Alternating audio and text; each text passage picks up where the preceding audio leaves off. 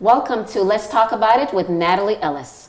For so long, talking about mental health has been taboo in our society.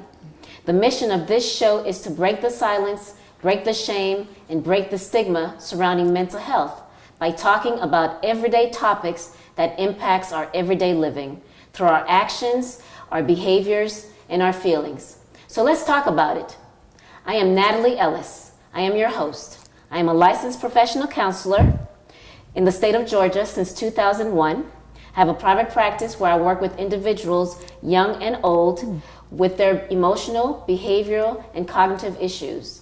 And my purpose is to empower them to be their best self by educating them, empowering them, and enriching them. Thank you. And today, our topic is improving our intimate relationships. In my practice, I notice a lot of clients struggle with their relationships, particularly their intimate relationships. And we have a special guest today, Dr. LaMarr, Natasha LaMarr, who's going to talk to us about relationships. Thank you for joining us, Dr. LaMarr. Thank you so much for having me. Definitely. So our special guest, Dr. LaMarr, has a doctorate in counseling, education, and supervision. She's a licensed professional counselor, a Prepare Enrich facilitator with her certification in marriage and family therapy. She's an approved clinical supervisor and a national certified counselor with over 15 years of experience working with families, couples, teens, adolescents, and children. She has also worked in higher education as a professor at Mercer University, DeVry University, and Bowder College. The focus of Dr. LaMarr's research has been on the effects of journaling, marriage and family, and integrating spirituality into counseling and the dissolution of marriage within the African American community. Through humor, transparency, and personal testimonies of challenges and triumphs, Dr. LaMarr is able to effectively and efficiently reach her clients and program participants. So let's join and thank Dr. LaMarr for coming today. Thank you. Okay, so we're going to talk about relationships. Yes. Okay. So let's start with the definition. What's your definition of relationships? Well, my definition of a relationship is two or more people connecting on various different levels. Okay. Yeah. So two or more people connecting Yeah. on so many levels. Yeah. Okay. So what are the different types of relationships? If you were to identify what they are, what would be some relationships? So some relationships are friendship, you have courtship, you have engagement, you have just your basic friendship, you have platonic relationships, you have marriage, you have couples that are in multiple marriages where it's one person in a relationship with two or three or more people. And so relationships can look different depending on how you identify that connection to be.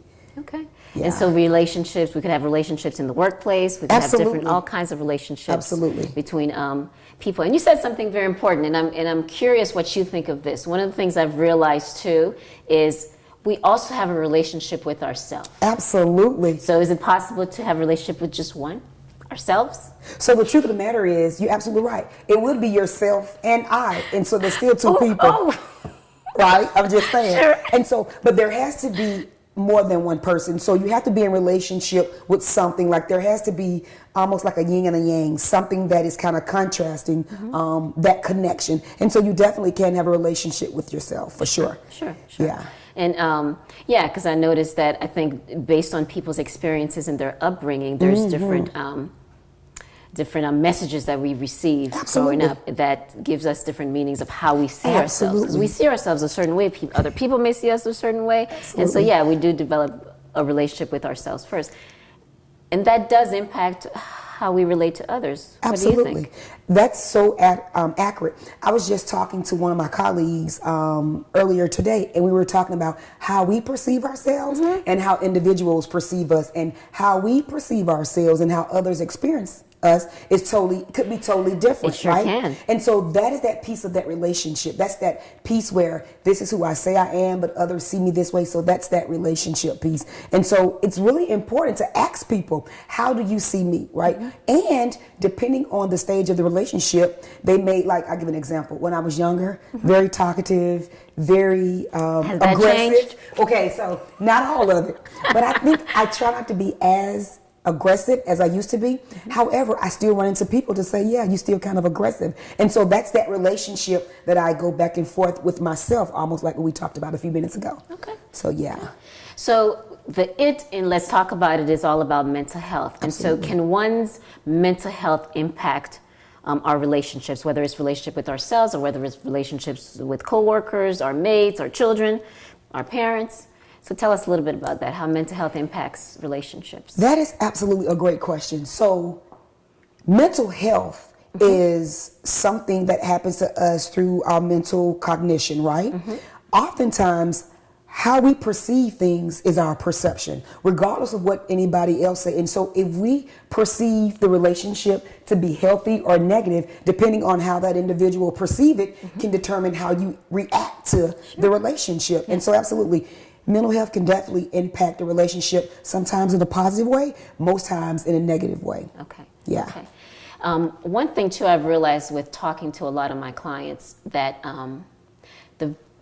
the very first relationship is that relationship that we have with a parent. Absolutely.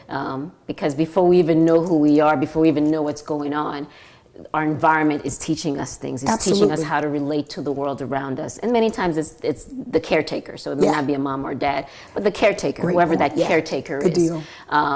And depending on how that relationship developed, healthy or unhealthy, good or bad, however, really impacts a lot of things. And so can you talk to us a little bit about that relationship with a mom or dad and how that could impact with or a caretaker? Sure. So like what I mentioned earlier with the definition of relationship, it's actually two or more people coming into relationship. And what I've learned is when we're younger, because we have no perception on what the world is and how we view ourselves, so we believe whatever it is that people tell us. Yes. So if someone that we trust, like a parent, a mom or dad, a caregiver, a grandparent, whatever, whomever is speaking life into you, we tend to believe whatever it is that they say about us. So for instance, if they say that you're smart, even if you're not smart, then you'll believe that you're smart. If they tell you that you're pretty, then you'll believe that you are pretty. If they tell you that you are ugly or that your skin complexion is not pretty or your hair is nappy and short or whatever, we begin to believe those things. And guess what? We begin to engage with individuals and develop relationships according to our insecurities, which can impact our mental health stability. Yeah, and you talked into a lot of different things. So that relationship, that first relationship with that caregiver impacts a lot of things in regards to self-esteem, trust, security, safety. Absolutely. I mean, so many things that is needed in relationships. And when that's severed somehow, that becomes detrimental. And so we're going to talk more about that after the break. Cool. Yeah.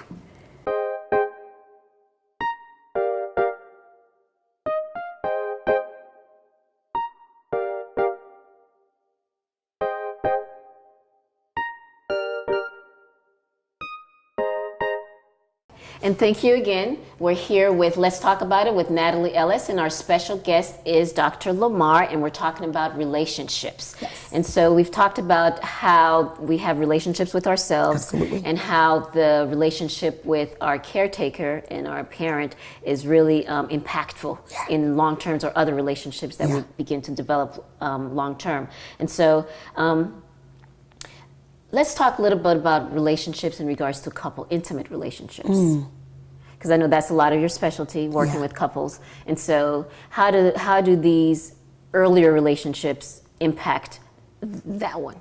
Oh, that's a great question. So we typically draw to us who we are. And so oftentimes when I'm working with couples and the wife will say something like, oh, I can't deal with this relationship, my husband is crazy. The first thing that pops in my mind is, well, if your husband is crazy, 9 times out of 10, that means that you're crazy. Okay, so say for instance, you feel like you're not crazy. Well, if you're not crazy and you marry somebody crazy, there's an indication that you may be a little crazy. And you know what, let me say this. Crazy may not be the most appropriate word to use.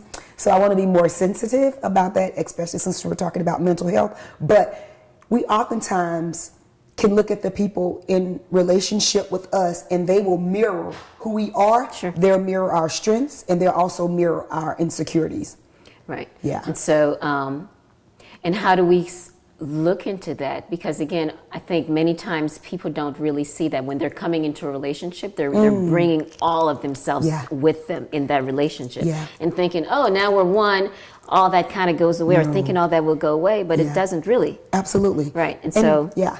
What would be some thoughts about that? So this is what I tell all of my clients. I tell my peers, my friends, anybody that is in relationship with me. It's very important to begin to look at some of your unresolved issues from your childhood. And we all have them. I don't care who you are. I don't care how much you've been working on yourself. Like Ayanna Van Zandt say, you got to do the work. I don't care how long you've been doing the work. We all have unresolved issues. And our unresolved issues, absolutely, they will show up in our relationships. Yes. Yeah. They do show up in our relationships.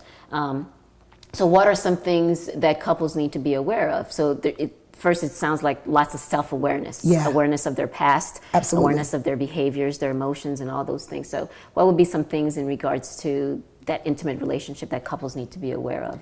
Understanding how they're motivated. What are some significant insecurities? What are some things that they're strong about? Because again, we talked about this earlier. We believe who we are according to whomever we trust told us we were. And so if we've created fictitious insecurities, like maybe an insecurity of maybe like your hair, or an insecurity about your personality. Like growing up as a child, I was told all the time that I talked too much. Had I allowed that to impact me in a negative way, I wouldn't be doing the work that I do now. And so as an adult in a relationship and being in a relation with an individual, we have to begin to be very introspective to see what are some things that motivate me? What are some things that can potentially compromise my ability to create and maintain healthy relationships? And really begin to dig down and question yourself about those things. Because this is the thing, our brain is like a magnet. We draw to us whatever we think. We draw to us whatever we feel. And so oftentimes, like I mentioned earlier, the people that are in relationship with us is actually a reflection of who we are. Yeah, that makes good sense.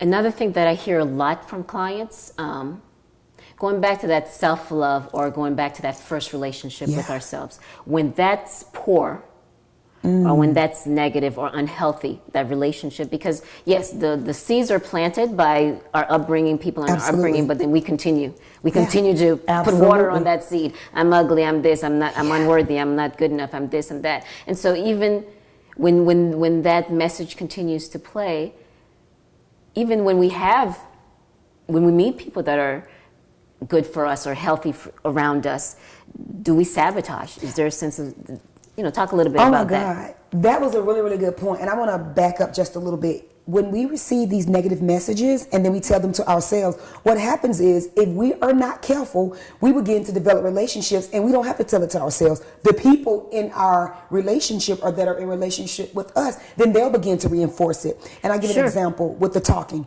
Had I not been secure in my ability to talk and talk all the time, because that's what I love to do, because in my personal opinion, that is my gift from God, right? So had I allowed that to impact me in a negative way, then I would have drew to me a spouse that said, you too loud, or be quiet, or not allow me to be who I am. And so we have to begin to look at the people that are in our circle and what messages are they reinforcing back to us. And so to me, that is very important, because they will reinforce all of the negativity that we believe about ourselves. Right. They'll put it back on us. They will also reinforce the things that we believe about ourselves and reinforce it, back with us. So yeah. Well, you said something important, and the first embracing something. So you not allowing what the naysayers said or what they said to negatively impact you. Yeah. And so it's almost as if you embraced, I do talk a lot and I embrace it. Yes. Right? Versus, is something wrong with me for talking too much? Because again, that becomes the conversations we have in our head. And so does it make a difference once you embrace all of who you are, and then now you're in relation with others, and that connection? Absolutely, because this is the thing. We all have gifts. And I say this to couples all the time. Oftentimes, When we are insecure about something, we can allow our gifts or our insecurity to kind of press down the gifts that we have. And the truth of the matter is, my ability to talk and my ability to connect with people, that was an actual gift. But because of some of my family members or whomever I was around, it was an insecurity for them. And so they attempted to kind of press those things down. But I am so glad that I had my mother. Like we mentioned earlier, the people that you trust the most can make an imprint on how you see yourself. And my mom always said, you know, don't change who you are. Speak your truth and be yourself, because that is your contribution to the world. And guess what? I believed it and I walked in that truth. So when somebody comes to me and say, you talk too much, I'm like, yeah, we're just not going to be good in relationships. Bye-bye. Right. Yeah. And that's important to Absolutely. notice. And so going back to relationship in terms of a marriage or a long-term relationship, when should people seek help? When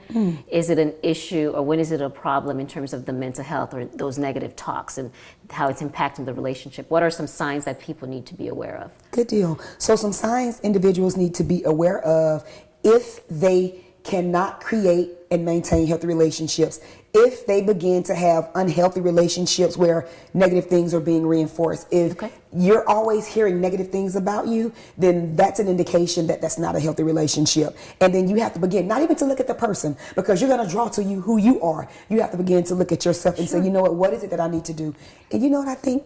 I think they should pass a law where everybody in the world should participate in at least 6 or 7 sessions for individual and or for couples, because oftentimes when you have people in your circle, if they're good or if they're bad, they may not be able to positively communicate the things that you need. And so I think therapy and or coaching should be mandatory. Sure, that makes sense. And so in a couple or in a marriage, when they're constantly hitting roadblocks, how would they know? How would they know that they're constantly not getting anywhere? I guess they're not growing together. And this is the thing that I tell couples. Growth is inevitable. How you deal with it is optional. You're either going to grow together or you're going to grow apart. But either way you grow, you have to be intentional about it. And I tell couples this all the time. You can see your intentions in your results. So whatever your results are, it's a impact on your intentions. And so you have to be intentional about growing together. I like that. I like the fact that it's intentional work Absolutely. that has to be done. Relationships are intentional work because there's 2 people coming into this, Absolutely. right? And so with baggage. With baggage. And so it becomes really mindful and intentional to do the things that we need to do in order to grow together. Yeah. So we'll talk more about that after the break. Cool.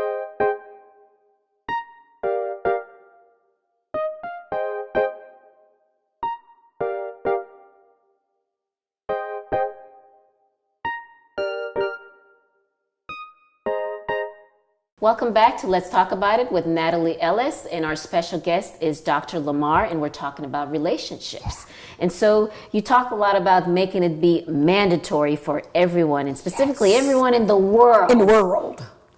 To participate in some type of counseling and premarital counseling. And so that's the question that I have. Do you recommend that? Absolutely. Yeah. Absolutely. I think it's important because oftentimes we see ourselves the way that we see ourselves. And it's important for us to speak with other people, because guess what? What if you have like a blind spot? You know how you drive in your car and then in your mirror, sometimes when you look, if you don't if you're not intentional about turning around to see who's on the side of you, a car can be in your blind spot. And whenever you have a blind spot and you miss it, it can cause a collision. And so whenever you're in a relationship, there may be blind spots from your childhood that you didn't realize you had with different insecurities. So you have to be intentional about looking, and getting a therapist would be you being intentional about looking at some of your blind spots. Right, and I think that's a good point, especially with premarital counseling. Absolutely. One thing I found too when I've done couples work, there's a lot of people that are married that probably should have never gotten married, and that premarital counseling could have just saved them all that, Absolutely. because I the agree. signs were there were so many things there, but because we have so much baggage, we have a lot of different expectations. Absolutely. We have a lot of things going on. Sometimes we get into commitment, and marriage is a commitment that we didn't really know what we really signed up for. Absolutely. And so that premarital counseling can really help. Have you thought about that? Have you thought about Have it? you thought about that? Yeah, absolutely. It helps, open up those blind spots, or kind of makes everybody see those blind spots for something to kind of think about. I agree. Yeah, so that makes good sense. Yeah. Wow. And is that something that you do too with clients? And what are some things you talk about when you talk about premarital counseling with with the client? Communication, compatibility, sex, finance, conflict resolution.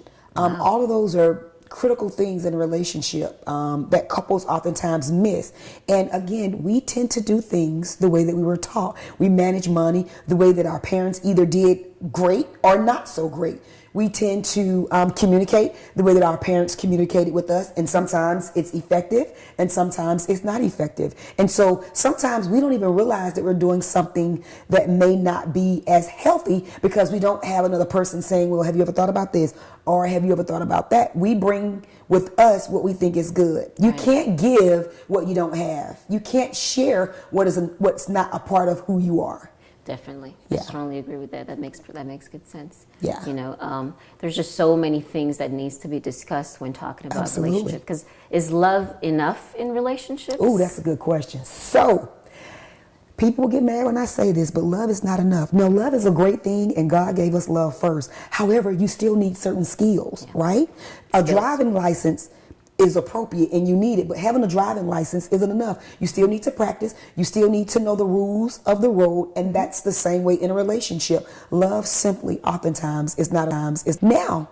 It's a very important ingredient for a successful relationship and or marriage, but it's not enough. You got to do the work. There's a lot of work that needs to be done. It's a lot of work to be married and for it to be successful. Absolutely. Yeah. And beyond just marriage or not just marriage, but in all relationships, it's intentional and mindful work, you know, because relationship with our sisters, our you know, siblings, family members, you know, co-workers, and all those things. It's really important to have your that. child.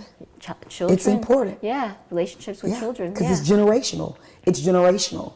So you have to be very mindful and just making sure that you're the best person that you can be, so that the people that you can impact them in a positive way and not in a negative way, which could potentially compromise their mental stability. Sure. And so in regards to mental health, what are some mental health diagnoses that are significant in understanding in regards to a marriage or relationships, or you might have a brother, or what are some things that's really important to know? Well, so the truth is, because I work with couples, I'm typically not providing a diagnosis. However, when I have couples to come in and then I see that there are some personality issues going on, or some addiction issues going on, or some infidelity issues going on that are abusive, either physically or sexually, typically I refer out so that they can get that support, and then they can come back to me, because you can't work with an individual that is struggling with substance abuse when it relates to the relationship, because the substance abuse, because it alters the way that individuals have relationship with each other. It's important that they deal with that first. If they're in a an active domestic violent relationship, they need to get that DV training before we can actually work on the relationship piece. And that's a good point. You know, last month was Domestic Violence Month, and that seems to be, because I've had a few clients who struggled with domestic violence, and oftentimes what I hear, well, I didn't realize that was abusive. You know, because the things become so commonplace. Absolutely. The relationship or the interaction that the abuser has with the victim is so commonplace, and it's gradual. Sometimes it's not sudden. You know. And so oftentimes they would say, I didn't realize I was in a domestic violence situation until, you know, and that's why a lot of people tend to stay for a very long time. Or because the behavior was so familiar. Oftentimes we stay in hell because we're familiar with the streets. It's kind of like, you know what, he fights, but he pays the bills. You know what, he fights, but he doesn't cheat. And so sometimes we're familiar. And oftentimes, 9 out of 10 times, when we're in domestic violent relationship, it's because they've experienced it in their past. And you mentioned this with domestic abuse. The way that you chop down a tree is just one chop at a time. And so that's what happens when you're in a domestic violent relationship. It may not just start with a punch. It may just start with being irresponsible financially, or being violent with a person's finances, or with the words that you say, or isolating them from their peers. But it's one chop at a time. And after so many chops, the tree just falls. And so that's what happens in domestic violent relationships. But when I have those couples sit on my couch, which I do, working on their relationship is difficult when they have other inner stuff that they need to deal with before they can actually build the relationship. That's true. Yeah. Makes sense. Wow. And let's go back to another relationship, a relationship between a mother and a child. What's your thoughts on that, and how have you noticed it manifest itself in couples work? You are who you're taught to be, period. So oftentimes we parent the way that our parents parented us, unless we decide, you know what, I don't want to be like this, I want to change it. And so, but we still were impacted by our caregiver or our parent. And guess what? Our children will do the same thing. They'll parent their children either from how they were parented, or they'll make a decision and say, you know what, I don't want to parent that way, I want to do this. And so you're still impacted by the people that influence you in your childhood. Like your caregiver. That's a very good point. Yeah. Yeah, that caregiver is such an important piece. It's and critical. mothers plays a very big role in that, you know. You know what's interesting? I hear people say this all the time, that mothers play a big role. They do. But fathers play just as big of a role. Yeah, because a daughter and a son oftentimes learn how to navigate the world, or the, you know, in this life from a father. Sure. A mother is more of a nurturer. And it doesn't mean a mom can't discipline or provide that type of structure, but they learn so much from a father. And I believe that's why it takes two parents, because it takes two parents to actually raise a child. Yeah. Those different perspectives, the Different male role perspective. and the female role. So, Dr. LaMarr, how can people reach you if they want to know more about ways to improve their relationships? Absolutely. So all of my social media handles is The Wives Inc. Either at, thewivesInc.com or Yahoo. I'm on Facebook, Instagram, and LinkedIn. And my number is 404-585-0867. Thank you so much. Thank you. And let's talk about it. Thank you for joining us today. And our mission is to break the silence, break the shame, and break the stigma surrounding mental health. Thank you.